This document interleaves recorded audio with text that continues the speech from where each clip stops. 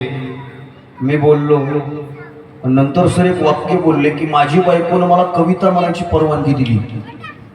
मला बारका अटॅक येऊन गेला तेव्हा. बायकोनं कविता म्हणायची परवानगी दिली, पण पुढे त्यांनी सांगितलं की पेन्शन तिच्या हवाली आहे म्हणून परवानगी आहे. हे सर मी जरा उशिरा सांगितलं. म्हणजे तसंच आहे साहेब, मला माहिती आहे माझं झालंय म्हणून सांगतो मी तुम्हाला. हो वैशिष्ट्यच आहे. आणि काय आहे, मी बरेच दिवस झाला ऑब्झर्व करतोय सर, महाराष्ट्रभर फिरतोय मी. बायकोवर जोक केला, बायकोवर विनोद केला, बायकोवर काही बोललो ना लोक लय हसते. पण ज्यांना बायकोच भेटना त्यांचा किती मोठा जोक आहे हे अजून लोकांना काही कळलं. बायकोच भेटना त्यांना बरं जे मजा पण असायची, आनंद असायचा. माझा आजा माझी आजी जगातली सगळ्यात मोठी प्रेम कहाणी माझ्या घरात होती.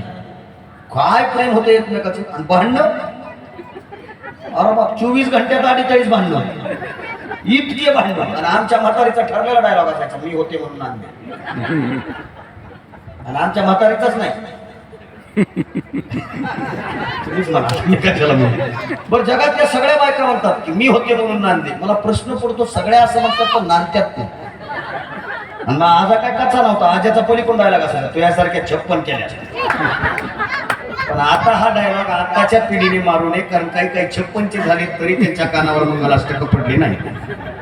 पण पुढचं वाक्य सांगू का, माझा आजा माझी आजी दिवसभर भांडणं करायची साहेब, पण संध्याकाळी जर माझ्या आज्याला ताप आली ना तर अख्खं घर माझी आजी डोक्यावर घ्यायची आणि लेकराला आज्याला दवाखान्यात न्यायला लावायची, कारण माझ्या आजीचं माझ्या आज्यावर नितांत प्रेम होतं.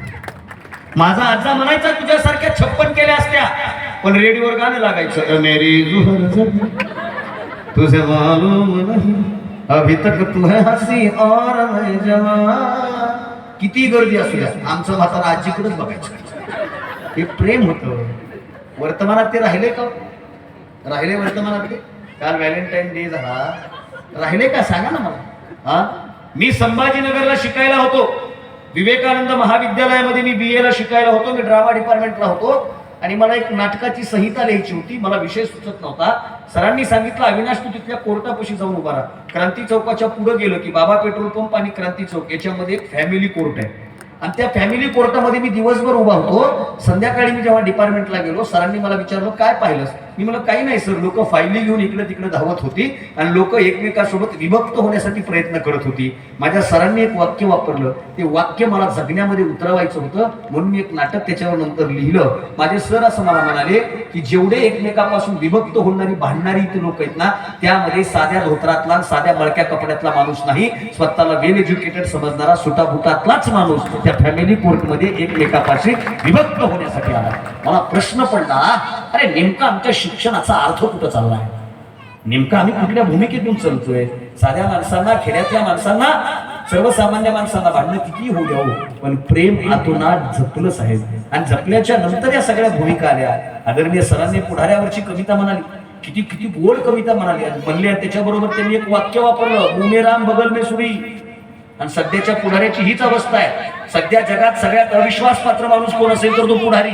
हे आमच्याकडनं सांगायला इथलं नाही, आपल्याला जायची गोष्ट नाही भेदा पण वस्तुस्थिती आहे. अहो एक पोरगा त्याच्या बापाला म्हणला पप्पा मला राजकारण शिकवा. बाप मला नाही रे तुला नाही जमणार. अहो मी तुमचा पोरगा आहे, मला नाही जमणार तर कोणाला जमणार.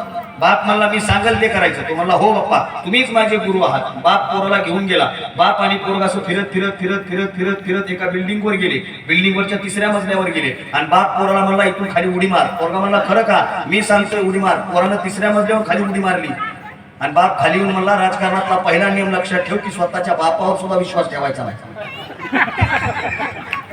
स्वतःच्या बापावर सुद्धा विश्वास ठेवायचा नाही. अहो एका रात्रीमध्ये पक्ष, एका रात्रीत भूमिका, एका रात्रीमध्ये स्वतःच्या बापापेक्षा मोठे पण देणाऱ्या नेत्यांना बदलणारे लोक आपला विचार कधी करणार आहेत लक्षात ठेवा.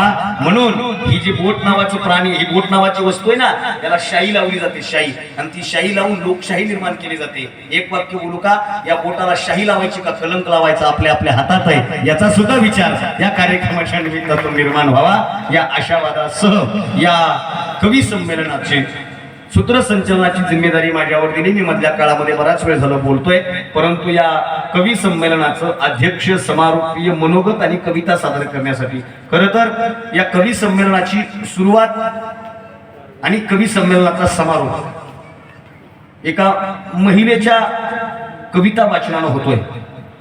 आणि ही फार मोठी चळवळ, फार मोठी विचाराची क्रांती आपलं हे समूह निर्माण करतोय. मला चिठ्ठी आली खालून की आम्ही नियम पाळलाय की स्वागत सत्कार समारोहामध्ये शाल नावाच्या गोष्टीला थारा नाही. वाढदिवसाला पुस्तकच, ग्रंथ तुला करून ते पुस्तकं वाटणं फार मोठी गोष्ट आहे साहेब. पुस्तकं हरवत चालली हो, वाचायचं सवय राहिली नाही लोकांना. हे आले हे जेवढं चांगलं आहे तेवढंच डेंजर आहे. फेसबुकला पोस्ट वाचायची, खरी का खोटी बघायची नाही, कॉपी करायची, दिली फेकून. याचा वापर पण चांगला करा, याचा वापर माझ्यासारखा करा. आता मी महाराष्ट्रावर फिरतोय साहेब, माझी गाडी बाहेर उभी आहे. 2 वर्षामध्ये 2.5 लाख किलोमीटर गाडीची रनिंग आहे माझी. एवढं फिरतोय. संध्याकाळी नळदुर्गच्या पलीकडे कार्यक्रम आहे, उद्या सकाळचा सिल्लोडच्या पलीकडे. माहित नसतं कुठं जायचं. आता बसल्या बसल्या त्या रात्रीच्या लोकांना मेसेज केला मी, तुमचं लोकेशन टाका, लोकेशन. मी आपलं लोकेशन ओपन करत असतो गुगल मॅपला, गाडीच्या स्क्रीनला शेअर करायचं. रात्रभर माझी गाडी चालू असते आणि ड्रायव्हरचा रस्ता चुकून म्हणून एक मायमाऊली त्याला सांगत असते, 500 metre take a side left, 200 kilometre around right go straight away, national highway Dhule Solapur.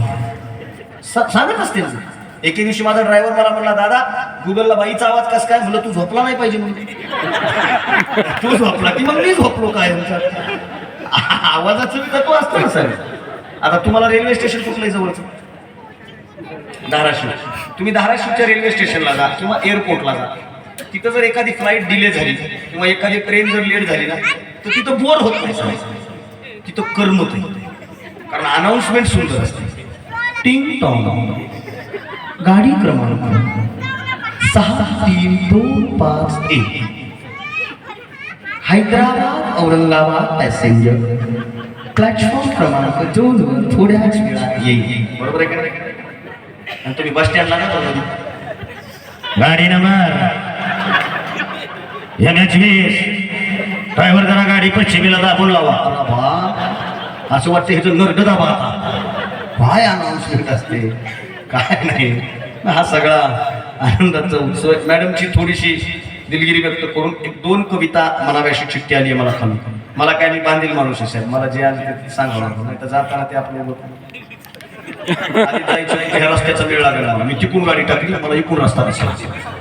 हो. यानंतर MA इंग्लिश या विषयाचे सन्माननीय उंद्रे सर आहेत. काय सर आपण